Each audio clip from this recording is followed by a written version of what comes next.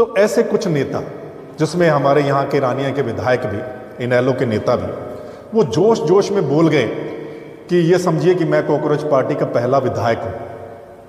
ठीक है, उनकी खुद की पार्टी है, खुद की पार्टी से वो विधायक है, उसके बावजूद बोल रहे हैं कि मैं कॉकरोच पार्टी का पहला विधायक, आप मुझे मान लीजिए।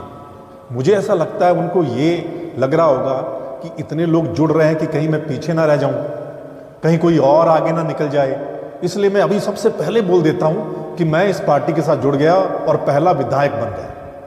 लेकिन आप देखिए, जब वो पार्टी का पहला धरना प्रदर्शन दिल्ली में होता है, वो अग्नि परीक्षा थी उस पार्टी की जंतर मंतर पे, तो ये विधायक सब कहां रह जाते हैं?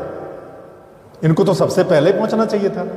ये तो कांग्रेस पार्टी के पहले विधायक थे, तो इनको तो सबसे पहले वहां हो हल्ला करना चाहिए था, है ना? जैसा इन्होंने रोहतक में जाके किया, देखा होगा ना आपने, और किस शब्दावली का इस्तेमाल किया आपने वो भी देखा होगा अधिकारियों के साथ, है ना? बड़ा बड़ा जोश था ना, तो ऐसा जोश इनको दिल्ली में दिखाना चाहिए था। न्यू दुर्गा ज्वेलर्स सिरसा, खारिया वाले प्रभुजी सोनी व पीली मंदोरी वाले सज्जन सोनी का भारत सरकार द्वारा मान्यता प्राप्त मशहूर hallmark jewellery showroom new Durga jewellers, Parshuram Chowk, Sirsa. अधिक जानकारी के लिए संपर्क करें 9813932001 या 9466697217।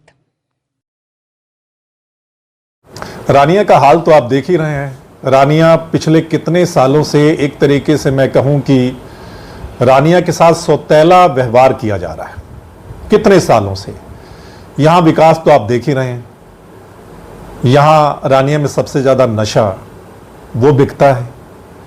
आप देखिए, हर चौथे पांचवें दिन हम देखते हैं कोई युवा चला गया, खबरें छपती हैं। ठीक है, आप देखिए यहां पर पीने के पानी, कई गांवों में आप जाइए, पीने का पानी तक नहीं मिल रहा, वो बेचारे मोल टैंकर लेकर पानी पीते हैं। मैं वहां जाता हूं, उनकी आवाज हमने उठाई है जहां तक हम उठा सकते थे। हमने बोला है कि इन गांवों में पीने का पानी नहीं है। आप देखिए कि घग्गर, पिछली बार कितना हमारा यहाँ पे नुकसान हुआ, उसके बावजूद घग्गर की सफाई तक नहीं हुई है। जो माइनर वहां से निकलते हैं, आगे जाके नुकसान पहुंचाते हैं, उन माइनर की सफाई तक नहीं हुई है। सीजन दोबारा बारिश का आ गया है। ठीक, आप देखिए जो कुत्ताबड़ वाला पुल है, कितने सालों से वो काम अधूरा पड़ा है। जो पिछले साल में कंप्लीट हो जाना चाहिए था, वो अभी तक कंप्लीट नहीं हुआ है। यहाँ के लोग कितने परेशान हैं। उस पुल से कितने गांवों का रिश्ता जो टूट जाता है, वो रिश्ता बनाने के लिए उस पुल को बहुत पहले बना देना चाहिए था। और इससे पहले आपको पता है कि जो पूर्व मुख्यमंत्री जी थे, बहुत बड़ा वादा करके गए थे इस इलाके के साथ, लेकिन आज तक वो पुल कंप्लीट नहीं हुआ है। सफाई व्यवस्था लगा लीजिए, सड़कों का हाल देख लीजिएगा यहाँ पे। मतलब रानिया को तो एक तरीके से हम, खैर एक साइड में जरूर है हरियाणा के, लेकिन सरकार ने भी एक साइड में लगा दिया है रानिया हल्के को।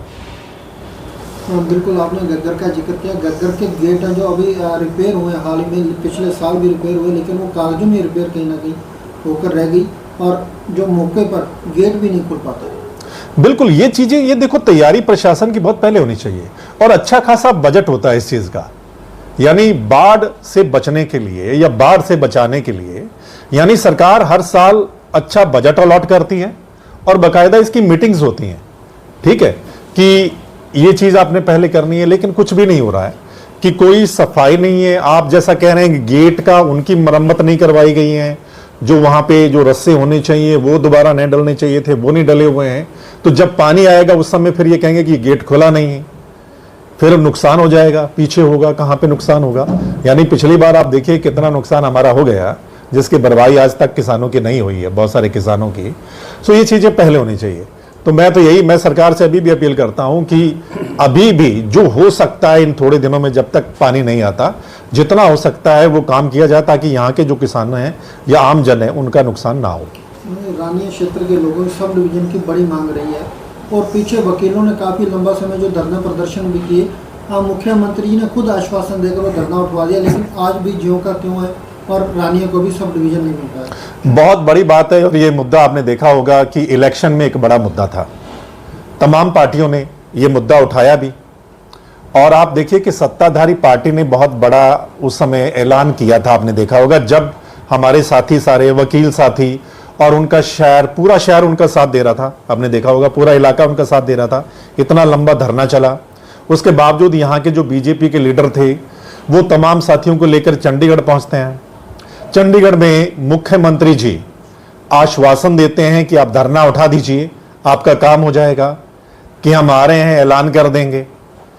चुनाव हो गया, तीसरी बार सरकार बन गई है भाजपा की, लेकिन वो बरकरार है, यानी ये सब डिवीजन आज तक नहीं बना है। सो उन लोगों को सोचना चाहिए कि आपने रानिया के जनता से ये वादा किया था, आश्वासन दिया था, तो आज तक वो क्यों अधूरा पड़ा है। बहुत बड़ी मांग है इस हलके की, सब डिवीजन। यहाँ के कितने गांव के लोग हैं, उनको कितनी दूर जाना पड़ता है, बहुत दूर, छोटे मोटे काम के लिए कितनी दूर जाना पड़ता है। तो ये मांग बहुत जायज मांग है।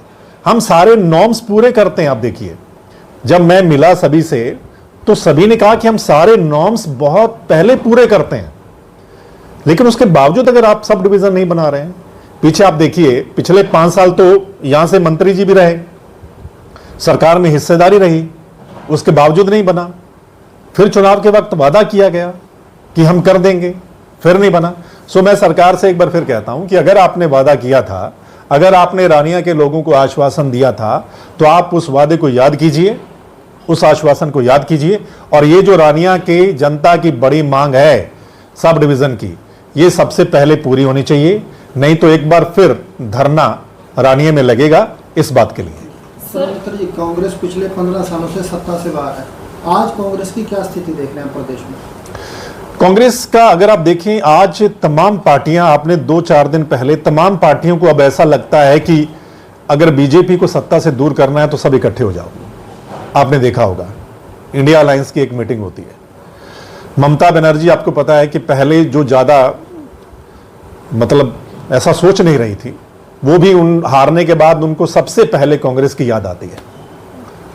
उनको राहुल गांधी की याद आती है कि आप ये मुद्दा उठाइए, वोट चोरी वाला, ये ईवीएम वाला मसला उठाइए, या जो वोट कट गए हैं ये आप मसला उठाइए। निश्चित तौर पर कांग्रेस लड़ाई लड़ रही है, वोट चोरी को लेकर लड़ाई लड़ रही है। और अभी आपने देखा कि जो इस समय यूथ जिससे परेशान है, जो हमारे देश के शिक्षा मंत्री का इस्तीफा मांगा जा रहा है, नीट का पेपर लीक हुआ, सीबीएसई बोर्ड में कितनी धांधलियां हुई, सबसे अगर कोई उठा रहा है अच्छे तरीके से तो वो कांग्रेस पार्टी उठा रही है। आप देखिए यूथ लगा हुआ, कितने धरने प्रदर्शन हो गए हैं, मतलब हर जगह यूथ इसको उठा रहा है, लेकिन अभी तक वो इस्तीफा नहीं हुआ है। कांग्रेस लगी हुई है, देखते हैं धीरे धीरे, लेकिन लोगों को जागरूक होना पड़ेगा। मैं कहता हूं कि अगर आप चाहते हैं, आप देखिए इस वक्त महंगाई की मार, जब कांग्रेस की सरकार थी तो आप देखिए कि जो हमें कच्चा तेल मिलता है वो $141 पर बैरल मिलता था, और इस वक्त वो $92-93 पर बैरल है। यानी कितना कच्चे तेल की कीमत कम हो गई है, लेकिन हमारे पेट्रोल डीजल की कीमतें लगातार बढ़ रही हैं। जो पेट्रोल डीजल हमें 50-60 रुपए में मिल जाना चाहिए कच्चे तेल की कीमत को देखते हुए, लेकिन वो हमारा डबल हो गया है। अब वो बाबा कहां गए जो कहते थे कि अगर ये सरकार आ जाती तो आपको 30-35 रुपए लीटर मिलेगा ये कच्चा तेल। वो नेता जो प्रदर्शन करते थे, जो आज नेता बड़े बड़े पदों पर बैठे हैं कि भाई आपको ये महंगाई कम चाहिए, पेट्रोल डीजल सस्ता चाहिए, या जो हम बाहर से जो हमारा पैसा है 2 नंबर का वो लेके आएंगे तो आपके खाते में भी 15-15 लाख चला जाएगा, तो वो आज कहाँ है, क्यों नहीं बोलते? महंगाई इतनी बढ़ गई है कि एक आम परिवार को बच्चों को पढ़ाना मुश्किल हो गया है, 2 वक्त की रोटी का जुगाड़ करना बहुत मुश्किल हो गया है, इतनी महंगाई बढ़ गई है, लेकिन सरकार पर इसका कोई असर दिखाई नहीं दे रहा है। पिछले दिनों देश में एक नई पार्टी ने जन्म लिया, कॉकरोच जनता पार्टी। हमारे रानिया के विधायक भी कहते हैं मैं भी कॉकरोच हूँ, आप किस नजरिए से देखते हैं? मुझे बड़ी हंसी आती है जब मैंने सुना, दरअसल वो पार्टी बनी सोशल मीडिया पे, और सोशल मीडिया पे उस पार्टी को बड़ा अच्छा रिस्पांस मिला, ठीक है, क्योंकि यूथ को कॉकरोच कहा गया और उस कॉकरोच शब्द को उन्होंने पकड़ा, सोशल मीडिया पे पार्टी बनाई, लोग जुड़े। दरअसल लोग गुस्से में हैं, लोग नाराज हैं सरकार से, तभी इतने करोड़ों लोग जुड़ गए। अच्छा, जब करोड़ों लोग जुड़े तो ऐसे कुछ नेता, जिसमें हमारे यहां के रानिया के विधायक भी, इनेलो के नेता भी, वो जोश जोश में बोल गए कि ये समझिए कि मैं कॉकरोच पार्टी का पहला विधायक हूं। ठीक है, उनकी खुद की पार्टी है, खुद की पार्टी से वो विधायक हैं, उसके बावजूद बोल रहे हैं कि मैं कॉकरोच पार्टी का पहला विधायक, आप मुझे मान लीजिए। मुझे ऐसा लगता है उनको ये लग रहा होगा कि इतने लोग जुड़ रहे हैं कि कहीं मैं पीछे ना रह जाऊं, कहीं कोई और आगे ना निकल जाए, इसलिए मैं अभी सबसे पहले बोल देता हूं कि मैं इस पार्टी के साथ जुड़ गया और पहला विधायक बन गया। लेकिन आप देखिए, जब वो पार्टी का पहला धरना प्रदर्शन दिल्ली में होता है, वो अग्नि परीक्षा थी उस पार्टी की जंतर मंतर पे, तो ये विधायक सब कहां रह जाते हैं? इनको तो सबसे पहले पहुंचना चाहिए था। ये तो कांग्रेस पार्टी के पहले विधायक थे, तो इनको तो सबसे पहले वहां हो हल्ला करना चाहिए था, है ना? जैसा इन्होंने रोहतक में जाके किया, देखा होगा ना आपने, और किस शब्दावली का इस्तेमाल किया आपने वो भी देखा होगा अधिकारियों के साथ, है ना? बड़ा बड़ा जोश था ना। तो ऐसा जोश इनको दिल्ली में दिखाना चाहिए था। दिल्ली में ये जोश क्यों नहीं दिखाया? तो आप एक तरफ कह रहे हैं कि मैं कॉकरोच पार्टी का पहला विधायक, और दूसरी तरफ उस पार्टी के प्रदर्शन में आप नहीं पहुंच रहे हैं। तो अब इनको दोबारा ना उसको क्लियर करना चाहिए कि अब ये कॉकरोच पार्टी के विधायक हैं या अपनी जो पार्टी है उसके विधायक हैं।